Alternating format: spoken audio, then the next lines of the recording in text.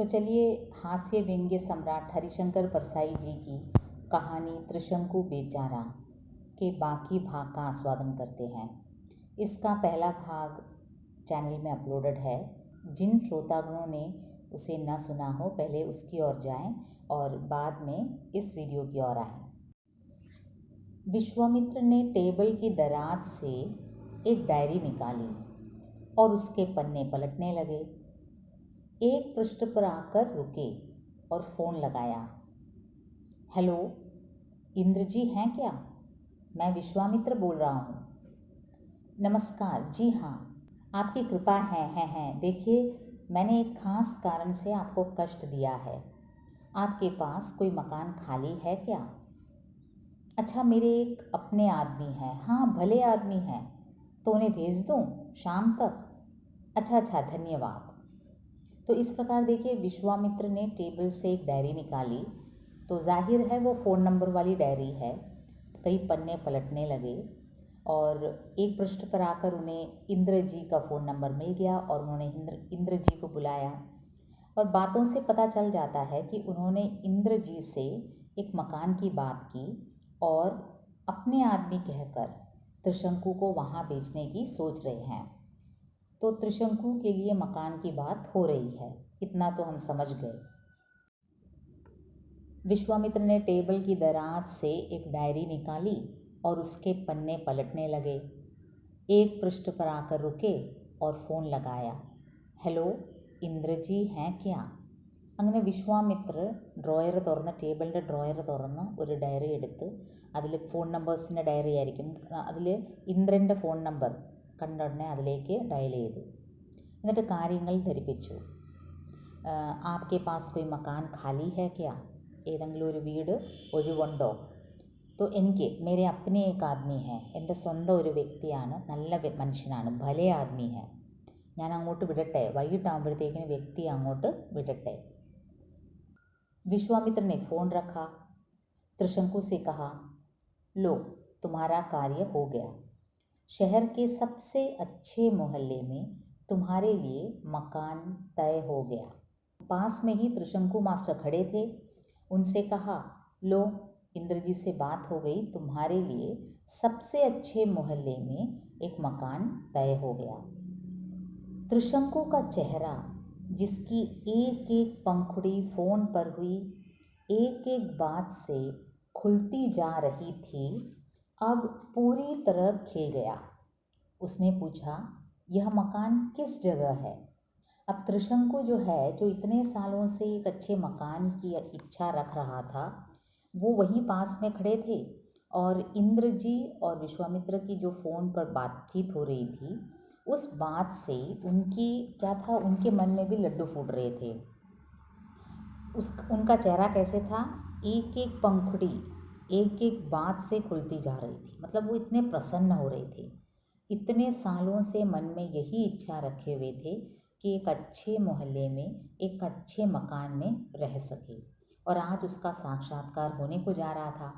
और विश्वामित्र और इंद्र जी की बातचीत से ही उसे पता लग गया था कि पॉजिटिव आंसर आ रहा है, उसे मकान मिलने की उम्मीद है, और वो उसकी खुशी उसके चेहरे पर साफ झलक रही थी। उसने पूछा, यह मकान किस जगह है? വിശ്വാമിത്രൻ ഫോൺ रखा. त्रिशंकु से कहा. അങ്ങനെ ഈ സംഭാഷണം കഴിഞ്ഞ് വിശ്വാമിത്രൻ ഫോൺ വെച്ച് ത്രിശങ്കുയോട് കാര്യം പറയും. लो, तुम्हारा कार्य हो गया. നീ ആഗ്രഹിച്ച കാര്യം നടന്നു. शहर के सबसे अच्छे मोहल्ले में तुम्हारे लिए मकान तय हो गया. ഈ ടൗണിലെ ഏറ്റവും നല്ല റെസിഡൻഷ്യൽ ഏരിയയിൽ നിങ്ങൾക്കൊരു വീട് റെഡി ആയിട്ടുണ്ട്. त्रिशंकु का चेहरा, जिसकी एक एक पंखुड़ी फ़ोन पर हुई एक एक बात से खुलती जा रही थी, अब पूरी तरह खिल गई. നമ്മൾ പുഷ്പത്തിൻ്റെ ഓരോ എതളും ഇങ്ങനെ വികസിക്കുന്നത് പോലെ, പങ്കുടി എന്ന് വെച്ചാൽ പുഷ്പത്തിൻ്റെ എതള്.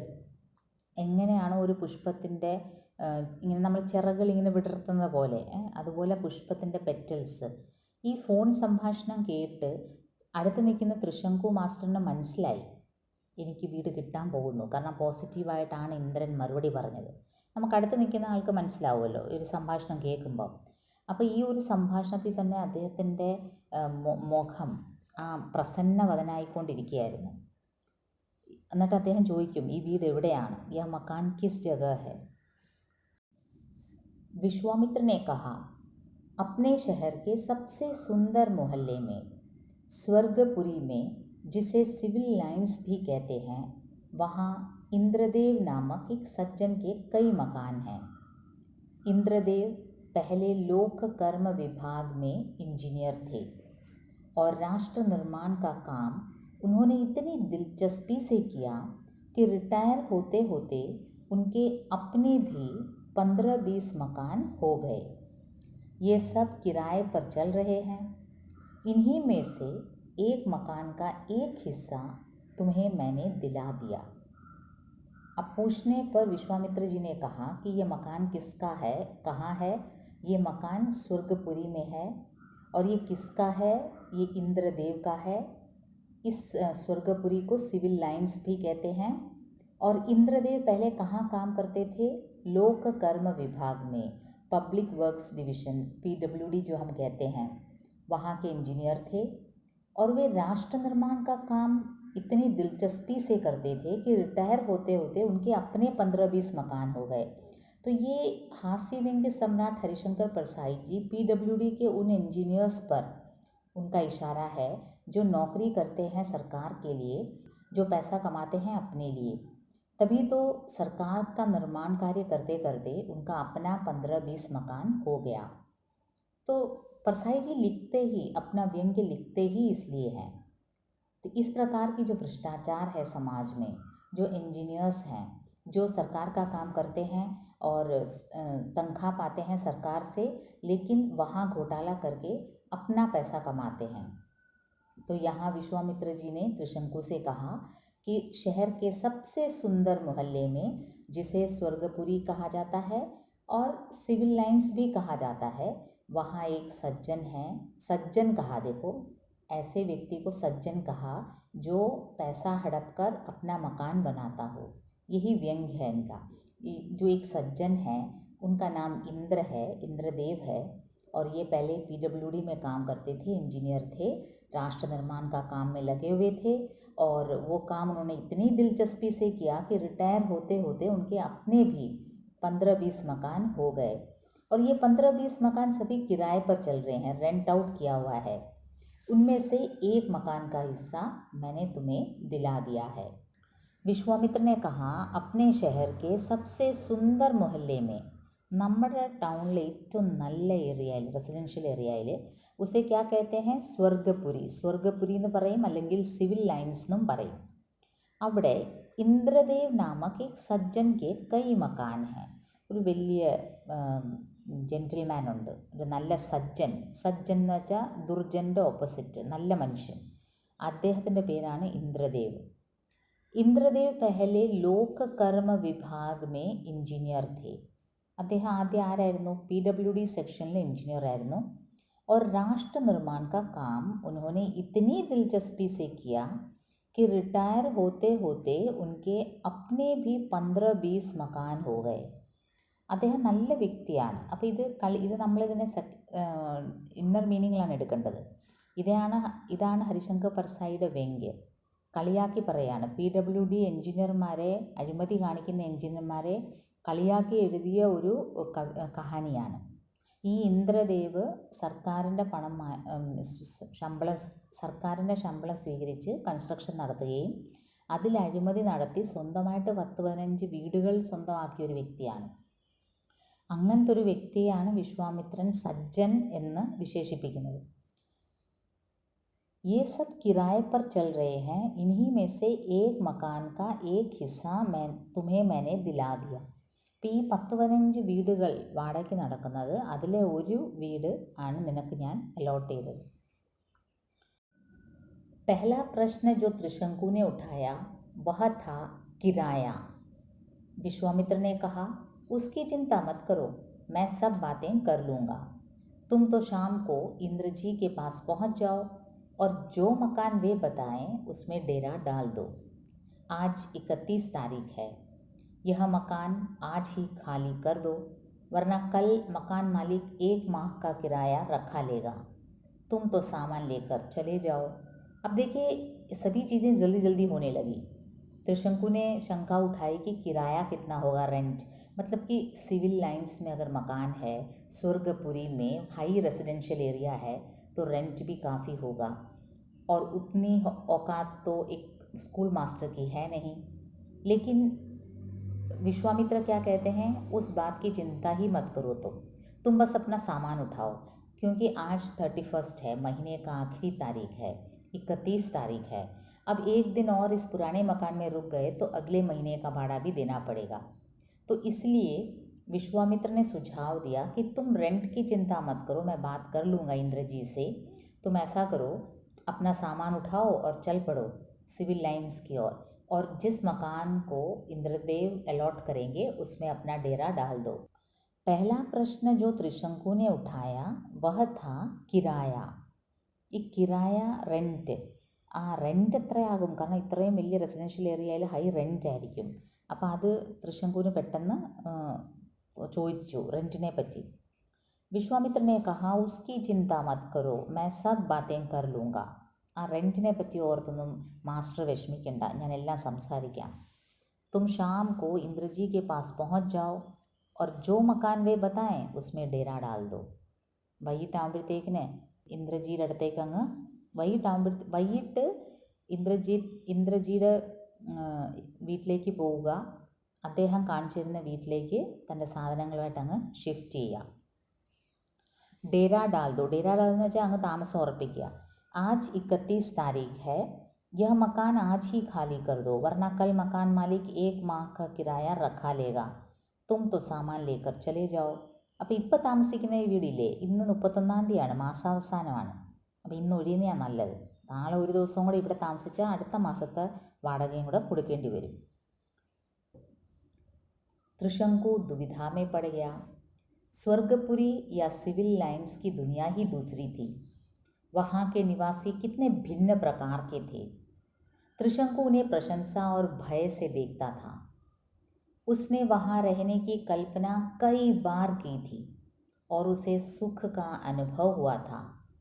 पर अब जब वहाँ रहने का मौका आ गया तब उसका मन आगा पीछा करने लगा.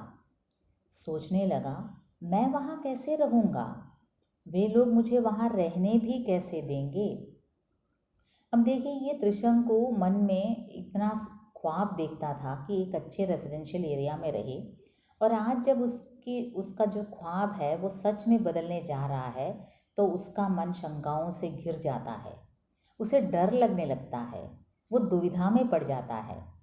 स्वर्गपुरी या सिविल लाइंस की दुनिया दूसरी थी. उसे पता है काफ़ी हाई पॉश एरिया था वो. वहाँ के निवासी भिन्न प्रकार के मालूम होते थे, ऐसा लगता था जैसे कोई और ग्रह से आए हों.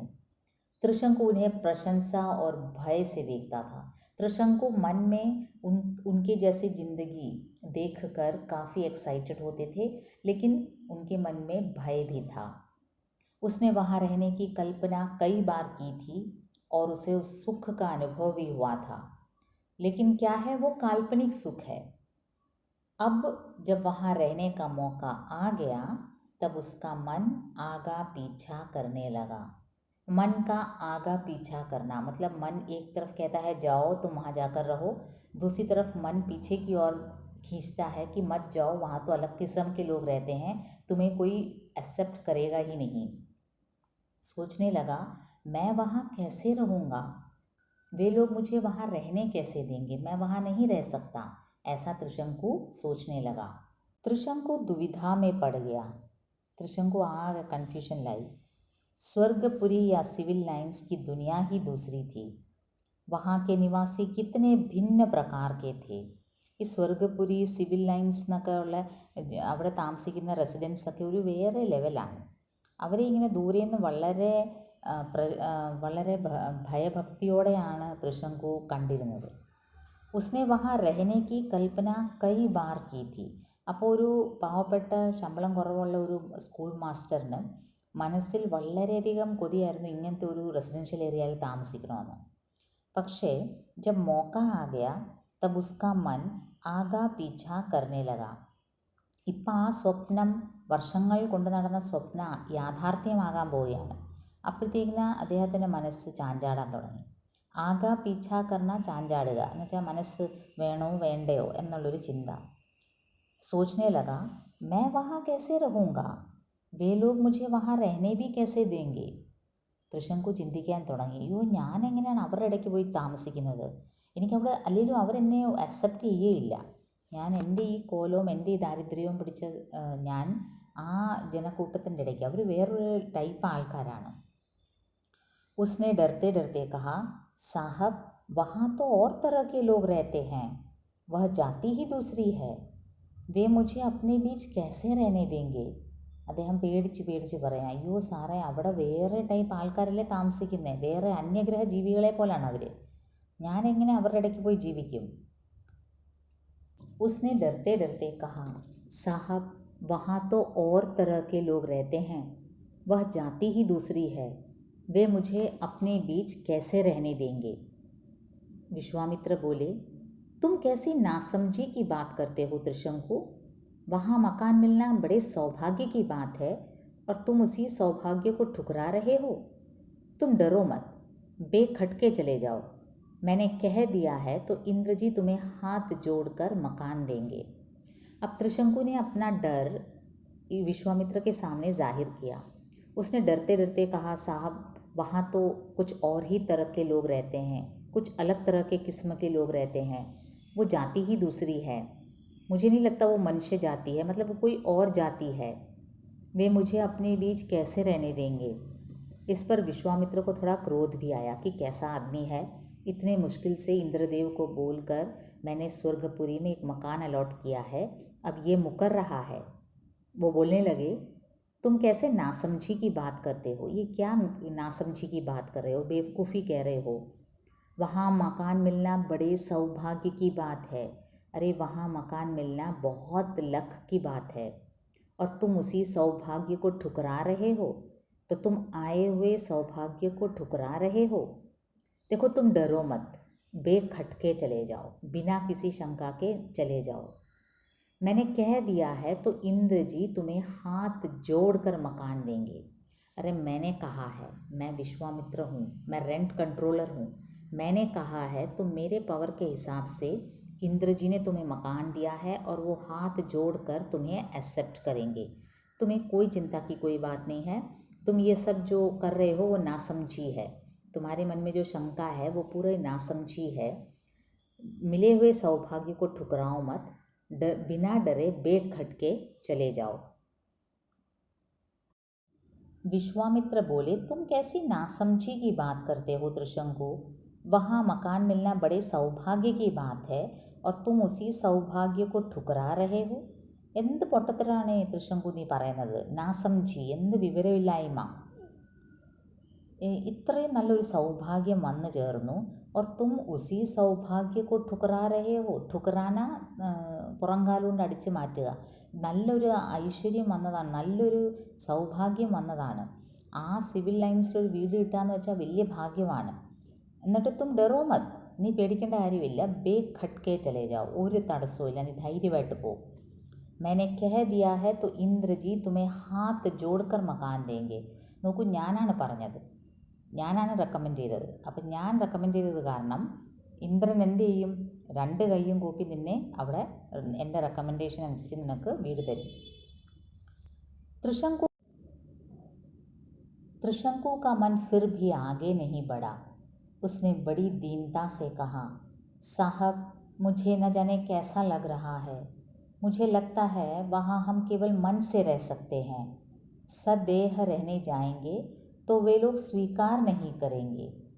उसकी मन की शंका ख़त्म नहीं होती. इंद्र विश्वामित्र के कहने पर भी वो समझ नहीं पाता है.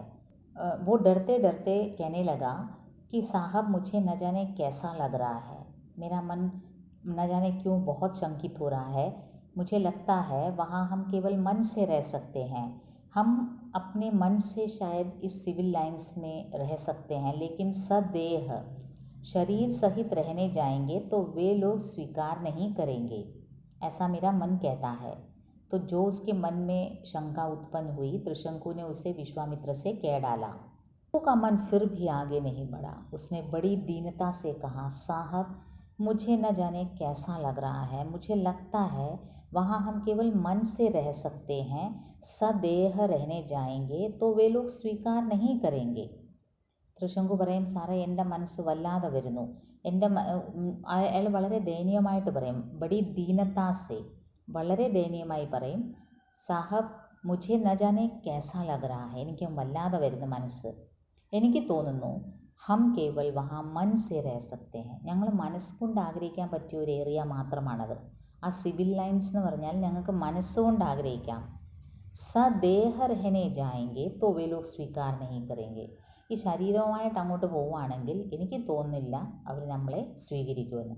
അപ്പം നമ്മൾ ഫസ്റ്റ് വീഡിയോയിൽ നമ്മളിതിൻ്റെ ബാക്ക്ഗ്രൗണ്ട് കണ്ടല്ലോ. ഈ പൗരാണിക കഥയിൽ ത്രിശങ്കു ആഗ്രഹിച്ചത് എന്താണ്? സശരീരം സ്വർഗത്തിൽ പോയി ജീവിക്കണമെന്നാണ്. ഇവിടുത്തെ ഹരിശങ്കർ പ്രസാദ് ത്രിശങ്കു ആഗ്രഹിച്ചിരുന്നു പോയി ജീവിക്കണമെന്ന്. പക്ഷേ യാഥാർത്ഥ്യത്തിലേക്ക് വന്നപ്പം അദ്ദേഹം പിന്മാറുകയാണ്. അദ്ദേഹം പറയാണ്, സശരീരം ഞാൻ അവിടെ പോയി ജീവിക്കുകയാണെങ്കിൽ അവരൊരിക്കലും, അവരൊക്കെ ഹൈ ക്ലാസ് ആൾക്കാരാണ്, ഭയങ്കര പോഷ് ആൾക്കാരാണ്, ജാടയുള്ള ആൾക്കാരാണ്, അവരൊരിക്കലും എന്നെ ഈ ഒരു പിച്ചക്കാരനെ പോലെ ഇരിക്കുന്ന ഒരു സ്കൂൾ മാസ്റ്ററിനെ അവരൊരിക്കലും മനസ്സുകൊണ്ട് അക്സെപ്റ്റ് ചെയ്യത്തില്ല. विश्वामित्र का अभिमान जाग उठा. त्रिशंकु उनकी शक्ति पर अविश्वास कर रहा था. वे उठकर खड़े हो गए. उनका तेज जागृत हो गया. बोले, त्रिशंकु मैं विश्वामित्र हूँ, रेंट कंट्रोलर.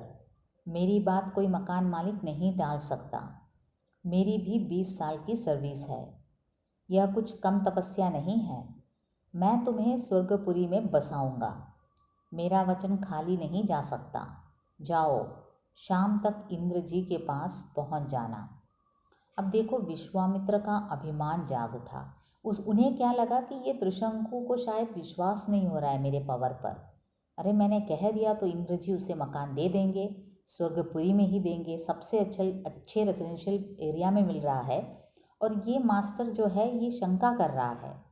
तो उनकी जो क्या है, उन्हें लगा कि त्रिशंकु उनकी शक्ति पर विश्वास कर रहा है.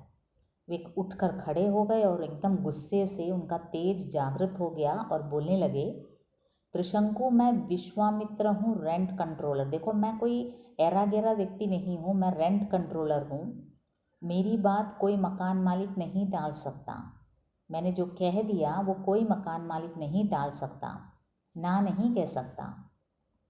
मेरी भी 20 साल की सर्विस है. मैं यूं ही नहीं हुआ हूँ, मैंने 20 साल की तपस्या की है, सर्विस में 20 साल से हूँ. मैं तुम्हें स्वर्गपुरी में बसाऊंगा. मेरा वचन खाली नहीं जा सकता. देखो, मैंने वचन दे दिया है तो अब मेरा ये कर्तव्य बनता है कि मैं तुम्हें स्वर्गपुरी में ही बसाऊंगा. जाओ, शाम तक इंद्र जी के पास. വിശ്വാമിത്ര കാ അഭിമാൻ ജാഗുഠ. വിശ്വാമിത്രൻ അങ്ങ് ദേഷ്യം വന്ന്, അത് അയാൾക്ക് എന്താ തോന്നിയത്, അയാളുടെ ഈഗോ ഹേർട്ടായി. ത്രിശങ്കു ഉൻകി ശക്തി പര വിശ്വാസ് കർ റാ ഥാ. വിശ്വാമിത്രന് തോന്നി ഇയാൾക്ക് എൻ്റെ പവർ അറിയാൻ വയ്യാത്തതുകൊണ്ടാണോ അതോ എൻ്റെ പവറിനെ ഡൗട്ട് ചെയ്യുന്നതുകൊണ്ടാണോ. വേ ഉട്ട്കർ ഖടേ ഹോ ഗए, ഉൻകാ തേജ് ജാഗ്രത് ഹോ ഗയ. അദ്ദേഹത്തിന് അങ്ങ് ആകെ ദേഷ്യം വന്ന് ചാടി എണ്ണീറ്റ്. Trishanku my Vishwamitra ഹൂँ, rent controller. എന്നിട്ട് വളരെ ആവേശത്തോടെ ദേഷ്യത്തോടെ പറഞ്ഞു, ത്രിശങ്കു നോക്ക്, എൻ്റെ അടുത്ത് കളിക്കല്, ഞാൻ ആരാണ്? റെൻറ്റ് കൺട്രോളറാണ്. മേരി ബാത്ത് കോയി മക്കാൻ മാലിക് നെഹി ടാൽ സക്ത. ഞാൻ പറയുന്നതിനപ്പുറം ഒരു ഹൗസ് ഓണറിനും എതിർക്കാൻ പറ്റത്തില്ല. മേരി ബി 20 സാൽ കി സർവീസ്. ഞാനും വെറുതെ ഒന്നുമല്ല, എനിക്കും 10-20 വർഷത്തെ സർവീസുണ്ട്. യഹ് കുച്ച് കം തപസ്യ നഹി ഹെ. मैं तुम्हें स्वर्गपुरी में बसाऊंगा.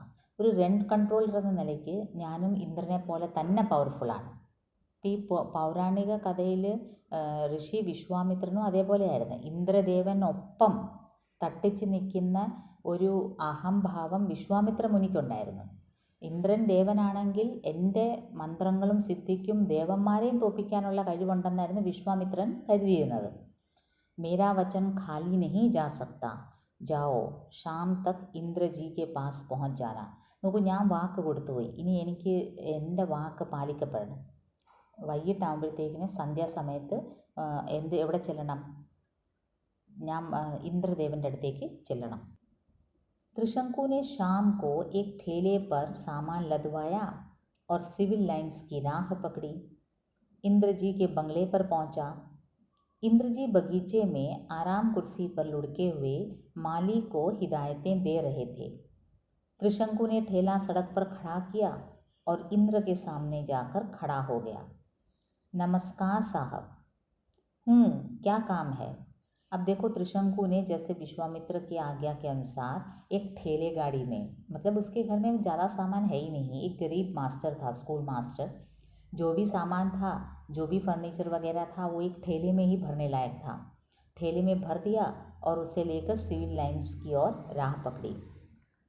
इंद्र जी के बंगले के पास पहुंचे तो क्या देखते हैं, इंद्र जी बगीचे में आराम से आराम कुर्सी पर इसी चेयर में बैठे हुए, इसी चेयर में लेटे हुए थे और अपने माली को ऑर्डर कर रहे थे कि ये करो वो करो।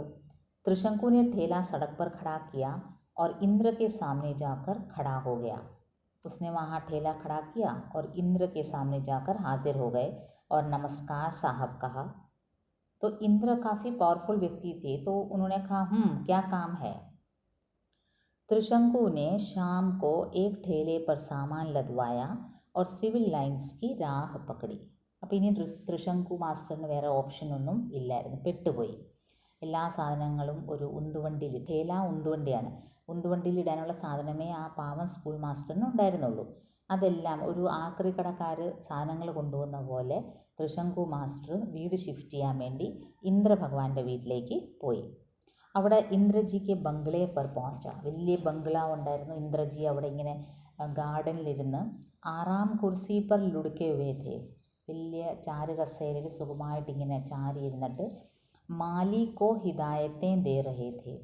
അവിടുത്തെ ഗാർഡനർ മാലിക്ക് ഇൻസ്ട്രക്ഷൻസ് കൊടുക്കുമായിരുന്നു. ഹിദായത്തെ ദേന, ഇൻസ്ട്രക്ഷൻസ് കൊടുക്കുക. त्रिशंकु ने ठेला सड़क पर खड़ा किया और इंद्र के सामने जाकर खड़ा हो गया. അങ്ങനെ ആ ഉന്തുവണ്ടി അവിടെ താത്തി വെച്ചിട്ട് त्रिशंकु പോയി ഇന്ദ്രൻ്റെ മുമ്പിൽ നിൽക്കും. നമസ്കാർ സാഹബ്. ക്യാ കാം ഹെ? അപ്പോൾ त्रिशंकु താനൊരു സ്കൂൾ മാസ്റ്ററാണ്, തനിക്ക് സമൂഹത്തിൽ സ്വത്തില്ലെങ്കിലും തനിക്കൊരു വിലയും നിലയുണ്ട് എന്ന ധാരണയിൽ എങ്ങോട്ട് ചെല്ലുകയാണ്? ഇന്ദ്രൻ്റെ അടുത്തേക്ക്. അതുമാത്രമല്ല, എന്നെ റെക്കമെൻഡ് ചെയ്തത് ആരാണ്? റെൻറ്റ് കൺട്രോളറാണ്, വിശ്വാമിത്രൻ. അദ്ദേഹം വളരെ പവർഫുള്ളാണ്. എല്ലാ ഹൗസ് ഓണേഴ്സും ഈ റെൻറ്റ് കൺട്രോളർ പറയുന്നതനുസരിച്ചാണ് കാര്യങ്ങൾ നീക്കുന്നത്. അപ്പോൾ त्रिशंकु വലിയ ആകാംക്ഷയോടെ ചെന്നതാണ്. പക്ഷേ ഇന്ദ്രഭഗവാൻ വളരെ ഒട്ടും ഈ ഇങ്ങനെ ഒരു കൊലം ഒരു വ്യക്തി വന്ന് നിന്നിട്ട് त्रिशंकुവിൻ്റെ അപ്പിയറൻസ് കണ്ടിട്ട് തന്നെ ഇന്ദ്രൻ ഒട്ടും ഇഷ്ടപ്പെട്ടില്ല. അയാൾ അങ്ങനെ തന്നെ ചോദിക്കും, ക്യാ കാം ഹെ?